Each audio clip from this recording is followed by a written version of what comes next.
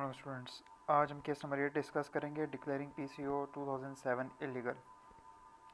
इस केस को डिस्कस करने ये इसलिए इम्पोर्टेंट है क्योंकि इसका जो बैकग्राउंड है, इसकी जो थोड़ी बहुत हिस्ट्री है, वो आगे जो नेक्स्ट केस में अपलोड करूँगा तिक्का इकबाल खान वर्सेस जनरल परवेज़ मुशर्रफ। इसके बैकग्राउंड में कुछ स्टेट ऑफ एमरजेंसी का और पीसीओ 2007 का जिक्र आता है और उससे आगे फिर वो सारा केस चलता है। तो इसको समझने के लिए इसको समझने की बहुत ज़रूरत है, इम्पोर्टेंट भी है। अगर ये नहीं भी आता है एग्ज़ाम में तो इसकी हिस्ट्री तिक्का इकबाल खान वर्सेस जनरल परवेज़ मुशर्रफ में उसका जिक्र होता है और उसके मुताबिक वो आगे सारा केस चलता है। ठीक है, तो इसको ज़रा डिस्कस करते हैं।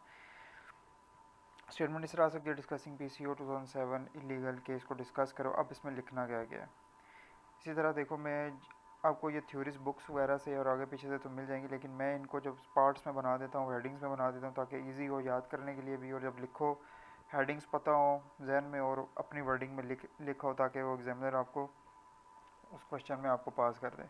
तो अब इसमें आपने स्टेट ऑफ इमरजेंसी के बारे में पहले बताना है, फिर पीसीओ के बारे में भी बताना है, फिर डिक्लेयरिंग पीसीओ 2007 इलीगल, फिर ये इस केस को आपने डिस्कस करना है। तो सबसे पहले वो इंट्रोडक्शन देना है, सब पीछे इंट्रोडक्शन चलता आ रहा है, जुडिशरी का इंट्रोडक्शन देना है और उसमें बताना है कि ये case is important leading case in history of Pakistan. हो गया। अब पहली हेडिंग आपने स्टेट ऑफ इमरजेंसी 2007 देनी है। अब इसमें आपने सब हेडिंग्स बना देनी है कि इसका बैकग्राउंड क्या था और उसके की एक्शंस क्या थे। अब बैकग्राउंड क्या था, वो नवंबर 3 2007 जनरल परवेज़ मुशर्रफ ने सस्पेंड कर दिया था कॉन्स्टिट्यूशन और डिक्लेयर कर दी थी इमरजेंसी।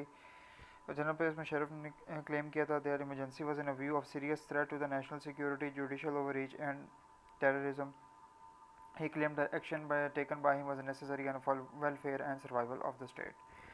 उसके बाद की एक्शंस क्या लिए गए थे कि 1973 कॉन्स्टिट्यूशन अब इमरजेंसी लगती है तो कॉन्स्टिट्यूशन सस्पेंड कर दिया जाता है टेम्परेरी, और जजेस of supreme court and high court were asked to take a fresh oath under PCO 2007। नया ओथ ऑफ ऑर्डर बना दिया गया पीसीओ 2007 को right after the emergency was declare. ठीक है, many including chief justice Khan Mohammad Chaudhry refuse कर दिया उन्होंने ओथ लेने से।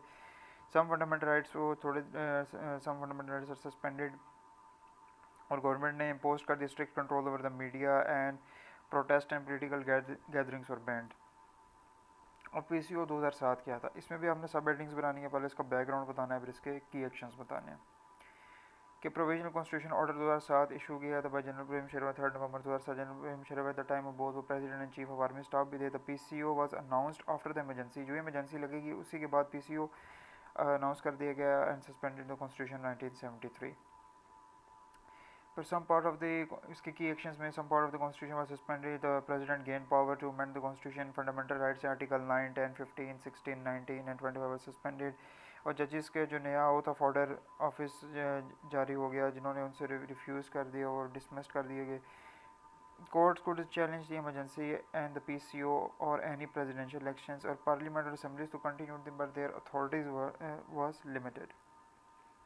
अब आते हैं मेन क्वेश्चन की स्टेटमेंट में डिक्लेयरिंग पीसीओ इलीगल। पीछे बैकग्राउंड समझ आ गया, जब बैकग्राउंड समझ आ गया तो आगे चीज़ें आसान हो जाती हैं, वो मेमोराइज हो जाए तो बंदा खुद भी लिख लेता है। अब इसकी भी मैंने सब हेडिंग्स बना दी हैं कि आपने इसमें पहले बैकग्राउंड देना है, फिर बेंच ऑफ सुप्रीम कोर्ट बताना है, decision of supreme court after the supreme court decision, और उसके बाद जो पीसीओ सुप्रीम कोर्ट डिसीजन क्या था। ठीक है, बैकग्राउंड वही आपने लिखना है कि 3 नवंबर 2007 को इमरजेंसी और प्रोविजनल कॉन्स्टिट्यूशन ऑर्डर जारी कर दिया गया और उसके साथ कॉन्स्टिट्यूशन को सस्पेंड कर दिया गया। और 3 नवंबर जो बैरिस्टर एतजाज़ हसन थे, उन्होंने फाइल किया केस सुप्रीम कोर्ट में, requested the court to stop the government from declaring the martial law in Pakistan. 7 members पे वो इशू जो बेंच था सुप्रीम कोर्ट का, उन्होंने इशू स्टे ऑर्डर दिया। The order was against imposition of emergency in the country. The chief justice जो इफ्तिखार मोहम्मद चौधरी थे, वो इस केस को लीड कर रहे थे। अब bench of supreme court 7 members पे सुप्रीम कोर्ट का बेंच था जिसको लीड कर रहे थे चीफ जस्टिस इफ्तिखार मोहम्मद चौधरी और बाकी सारे जस्टिस के नाम। अब डिसीजन ऑफ सुप्रीम कोर्ट का क्या डिसीजन है। सुप्रीम कोर्ट के जो 7 नंबर से उन्होंने जॉइंट डिसीजन दिया 2 पेज ऑर्डर का और डिक्लेयर किया जो इमरजेंसी लगाई गई है वो इलीगल है। लेकिन right after the decision the military personnel entered the Supreme Court and arrested judges including Chief Justice Iftikhar Muhammad Chaudhary and placed them under house arrest.